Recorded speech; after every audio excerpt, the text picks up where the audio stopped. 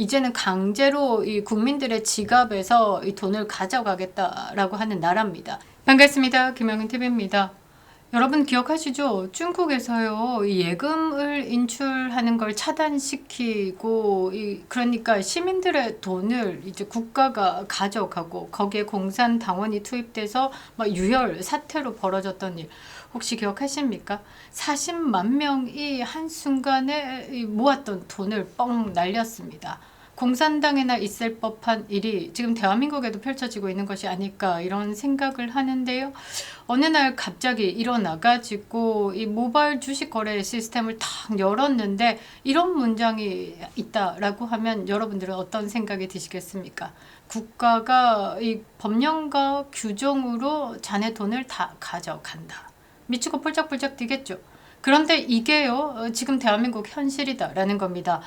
자, 해외 주식 투자 시에 시차 그리고 통신 문제, 천재지변이나 공휴일, 법령 및 규정 등의 이유로 보유 주식의 강제 매각이 될 수 있다. 미쳤죠. 이 말이 뭐냐? 뭐 천재지변 이거 다 떠나서 법령과 규정 등의 이유로 내 주식을요 강제 매각해서 달러를 누가 국가가 가져가겠다. 이거 미래에셋증권의 공식 공지 문구입니다. 여기에 카카오페이 증권까지 같은 문장을 쓰고 있다라는 사실이 알려져서 지금 서학개미들 단톡방이 그대로 얼어붙었습니다. 지금 이거요. 이제 국가가 맘만 먹으면 니네들 달러 우리가 잠시 또 쓸게 국민연금 쓰다가 이제 쓸 돈이 없으면 개인 돈까지도 끌어다 쓰겠다라는 것을 말하고 있는 겁니다. 뭐만 갖추면 법령과 규정만 갖추면 미쳤죠. 자, 환율이 1,470원, 1,500원 넘을 수도 있습니다. 그런데 한국은행 총재가 1,500원 위기가 아니다라고 이야기를 하고 있습니다. 이재명 이후 민주당 대표 시절에 1,400원 넘었을 때 국가 부도 국가 위기 상황이다라고 얘기를 했는데 지가 대통령 자리에 딱 앉자마자 1,470, 80원 넘나 드니까 1,500원은 위기가 아니다라고 미리 기름칠을 하고 있습니다. 자, 외환 당국은요, 증권사의 환율, 수수료, 우대 행사를 줄줄이 열면서 압박을 넣고 있죠. 그 와중에 거대 증권사가요, 법령과 규정에 따라서 네 해외 주식 강제 매각에 대해서 가능성이 있단다라고 적어 놓은 겁니다. 이거 진짜 공포의 한 문장 아닙니까? 법령 및 규정. 뭐 어쩌라고 말 한마디로 그냥 입을 닫게 만드는 이재명 아니겠습니까? 이재명이라면 합니다. 자, 천재지변도 아니고요. 내가 빚진 것도 아니고요. 법령 한 줄이면요. 내 계좌 속에 엔비디아, 애플, 테슬라, 구글 이런 거 누가 강제로 팔 수 있다라는 뜻으로 저는 들립니다. 더 기가 막힌 건 그 다음인데요. 자, 홈페이지 공지에는 분명히 저 문장을 늘어놨습니다. 그런데 정작 고객들에게 보낸 카카오톡 SNS 안내 문구에는요. 법령 및 규정이다라는 네 글자를 싹 빼고 보냈다라는 거죠. 그러니까 공식 문서에는 내비두고 대부분의 고객들이 보는 짧은 문장에는 제일 민감한 네 글자를 살짝 솎아냈다라는 거죠. 이거는 의도적으로 지웠다라고 밖에 볼 수 없습니다. 우리가 괜히 의심하는 게 아니라 이재명 정부 아니겠습니까? 이거 알 사람만 알고 모르는 사람은 나중에 좀 당해라 라는 말, 이 말이 나오지 않을 수가 없죠. 여기서 질문이 단순합니다. 이게 서투른 약관의 실수였을까? 아니면 정책 위기 때 언제든지 법령과 규정을 들이대고 개인 자산에 손을 댈 수 있는 구조를 미리 깔아놓은 것인가? 자, 중국 공산당 이미 이렇게 했습니다. 제가 아까 말씀드렸던 40만 명 예금이 인출이 중단되고요. 그거를 호로로 말아 잡수고, 그리고 국가에서는 뭐라고 하냐, 범죄 조직이 이렇게 당신네들 돈 들고 갔으니까 그냥 그렇게 알고만 있어. 니네들은 피해자야. 피해 구제에 대해서는 국가가 어떻게 해줄 수 없단다. 이렇게 지금 몇 년을 보내고 있습니다. 자, 중국 공산당은요 이미 어떻게 하고 있습니까? 토지는요 전부 국가 소유입니다. 이재명이가 대선 때 나올 때 뭐라고 했죠? 전국토 국유화. 이거 똑같이 외쳤던 겁니다. 자, 개인은요 70년만 사용권을 빌려서 사용하는 구조입니다. 정책이 바뀌면 언제든지 개인의 재산 위에 국가가 올라타는 구조를 만들어 놨다라는 거죠. 자, 뉴델리 단독 기사에서 나온 강제 매각 약관의 실체가 무엇인지 알아보겠습니다. 중국이 어떻게 법과 규정을 앞세워가지고 사유재산에 군림해 왔는지, 그리고 지금 한국이요 그쪽으로 쪼로로 달려가서 똥꼬에 줄 서고 있습니다. 대한민국 지금 어떻냐? 총체적 난국이다라는 거죠. 왜? 이재명 리스크니까요. 자, 이 세 가지 놓고요. 지금 우리가 어디로 향해 가고 있는지 끝까지 물어보겠습니다. 구독과 좋아요, 멤버십 가입은 영상에 큰 힘이 되고 있습니다. 자, 지금 이 중국 관련되어서 또 이재명에게 가장 민감한, 그리고 이거는 국민들에게 알렸으면 아니 되올시다 하는 영상이겠죠. 그러면 어김없이 광고 제한 붙고 있습니다.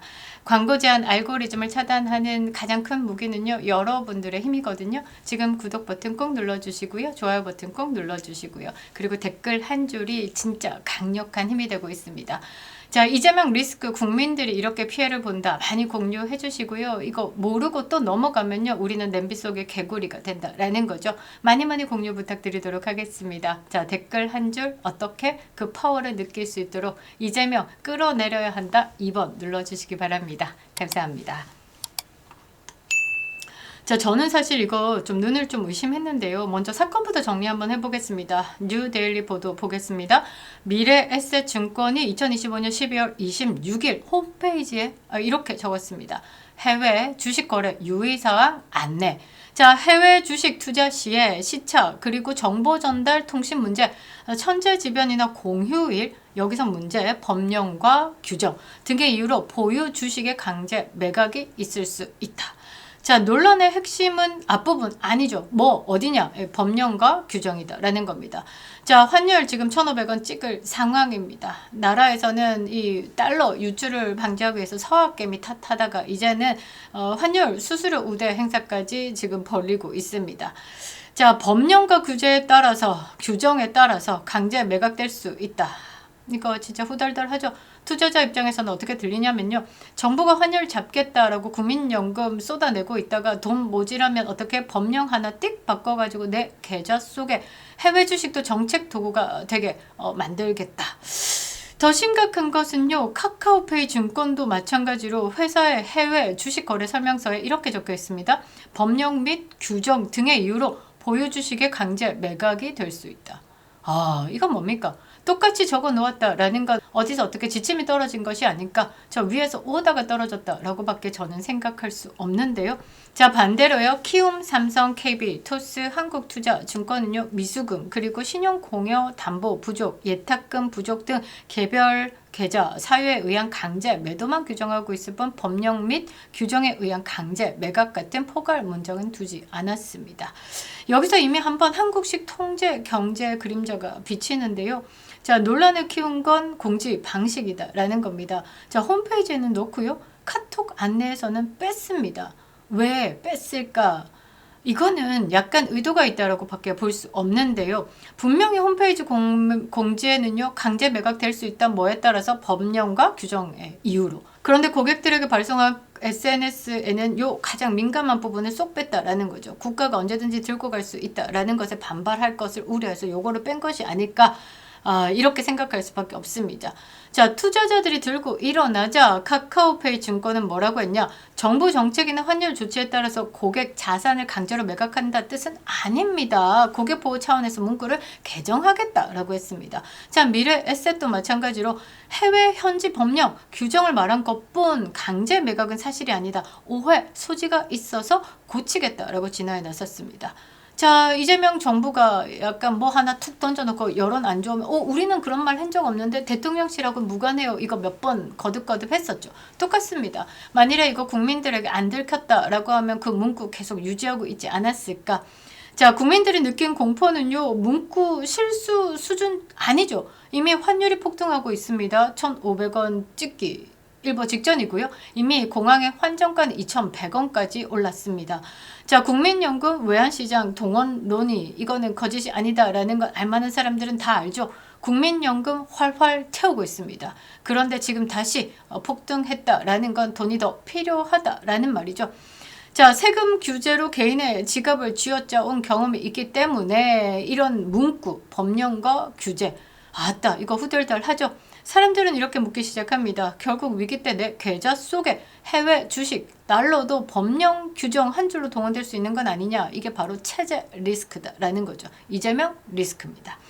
자, 중국이 이미요, 이런 짓 많이 했습니다. 토지는 국가 거죠. 개인은 사용권만 부여하고요. 이 사용권도 70년 약속 없습니다. 뭐 중국 공산당 마음에 안 들면 언제든지 획가닥 뒤집을 수 있는 게 중국이다라는 거죠.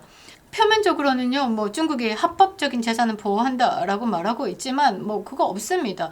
언제든지 공익, 도시계획 정책을 이유로 사용권을 회수하거나 조건을 바꿀 수 있습니다. 자, 이거 보십시오. 도적대 정부 7조 예금 인출 차단했습니다. 허난성의 유혈 사태가 무슨 일이냐라고 봤더니요, 40만 명이 돈을 모아가지고 은행에 넣습니다. 그 은행이 약간 이자를 높여준다라는 이유로 여기에 모였죠. 금액만 7조 8천억 원입니다. 그런데 돈 내놔라 왜 예금 인출 안 되냐라고 막 무디하니까 직접 와야 된다라고 해가지고서 사람들이 그 은행 앞으로 몰리기 시작했습니다. 그런데 갑자기 중국 공산당 그리고 사법경찰이 나와가지고 그냥 막 때려잡기 시작했습니다. 피 터지고 막 눈탱이 터지고 난리가 났죠. 임산부 부모 손잡고 온 아이들까지 뭐 이것저것 없습니다. 가방을 맨 학생들까지 휠체어 탄 장애인까지 뭐 이것저것 가리지 않고 다 두드러 팼죠. 그러고 난 다음에 이 유혈 사태가 진압되지 않자 이제 은행 앞으로 몰릴 또 시민들 때문에 시민들 휴대폰에 건강 코드를 적색으로 바꿔가지고요, 외출을 강제로 통제시켰습니다. 그러니까 예전에 코로나 시절 때 이렇게 앱 깔아놓은 사람들이 있을 거 아니겠습니까? 거기에다가 강제 코드를 띄워가지고 빨간불 켜지면 돌아다니다가 공항들한테 잡히면 바로 끌려가잖아요. 그렇게 해가지고 외출까지도 아예 차단을 했다라는 겁니다. 여론이 악화되자 이 허난성 금융 당국이요, 급하게 발표를 한 게 뭐냐면 범죄 조직이 은행 지분 확보, 그 다음에 임원 조작 등을 통해 가지고 자금을 불법으로 빼돌렸다. 그래서 지금 관련 용의자들 체포하고 잡아서 뭐 알아서 하고 있다. 그런데 피해자들은 예금을 받기까지 엄청난 시간이 걸리고 법적 소송까지 해야 된다라는 거죠. 이게 뭘까? 진짜 범죄자들일까? 저는 그렇게 보지 않습니다. 재정난에 허덕이는 이 중국이 이제는 국민들 돈까지 가져갔다라고 봅니다. 중국의 경제난 심하죠. 8경 2천조 빚이 있습니다. 그러니까 국민들 돈으로 그 빚을 때려 맞겠다라는 거 아니겠습니까? 자, 최근에는요, 공동부유다라는 슬로건을 걸고요, 부자들에게 세금을 때리고 있습니다. 민간 빅테크, 교육, 부동산 기업 때리기 등 자의적인 규제, 벌금으로요, 사실상 개인의 축적된 부를 국가가 재분배하는 구조가 강화되고 있습니다. 한마디로 요약하면요, 이 법령과 규정, 정책을 쥔 권력이 언제든지 개인의 재산 위에 올라탈 수 있다라는 시스템이죠. 이번에 미래에셋 카카오페이 약관 논란이 무서운 건 말이죠. 이건 중국식 발상이다라는 거죠. 그게 슬며시 대한민국에 스며들었다라는 겁니다. 자, 한국에서도 비슷한 패턴이 이미 진행 중입니다. 부동산 한번 보자라는 거죠. 공공개발지구 지정 이러면서 개인의 재산이지만 묶었죠. 토지 강제 수용이다 라면서 국가가 이 일정 금액 보존하고 가져갑니다. 이거 했던 게 누구냐? 이재명이다 라는 거죠. 그러니까 민간 투자자들에게 돈을 몰아주기 위해서 원주민들에게 아주 헐값으로 땅을 사들이면서 그걸 강제 수용하면서 거기에 뭐 성남 마피아 뭐 투입됐다 이런 말까지도 있습니다. 각종 거래 허가 규제 등으로 소유권만 남겨두고요, 처분권, 개발 이익 등 사실상 국가가 틀어지는 구조를 오래 전부터 만들어 왔습니다. 이제 금융자산 쪽으로 확대시키는 것이 아닌가 이런 생각이 드는데요. 환율이 폭등하고 외환 당국이 증권사의 해외 주식 수수료, 환율 우대 이벤트 중단을 압박하는 와중에 거대 증권사 약관에요, 법령과 규정 등의 이유로 그대들이 보유하고 있는 주식을 우리가 언제든지 강제 매각할 수 있다라는 문장을 끼워 넣은 겁니다. 미쳤죠. 부동산도 그런데 이제는 증권 계좌 속 해외 주식, 개인의 달러 자산까지도 이제 강제로 처분할 수 있다라는 겁니다.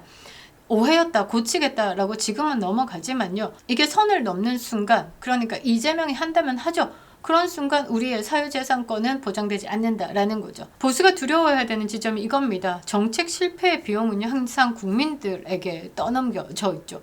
이제는 강제로 이 국민들의 지갑에서 이 돈을 가져가겠다라고 하는 나라입니다. 그 끝은 언제나 뭐 통제, 경제, 약탈 국가로 귀결됐다라는 거죠. 지금 대한민국이 자유민주 국가다라고 간판 걸고 안으로는 중국의 모델을 그대로 따라가고 있다라는 겁니다. 자, 지금 우리가 보고 있는 건 해프닝 아닙니다. 중국처럼 개인의 재산 언제든지 국가가 가져갈 수 있는 구조로 만들겠다라는 거고, 위기일수록 더 강하게 사유재산을 지켜주는 자유 대한민국이 사라지고 있다라는 겁니다.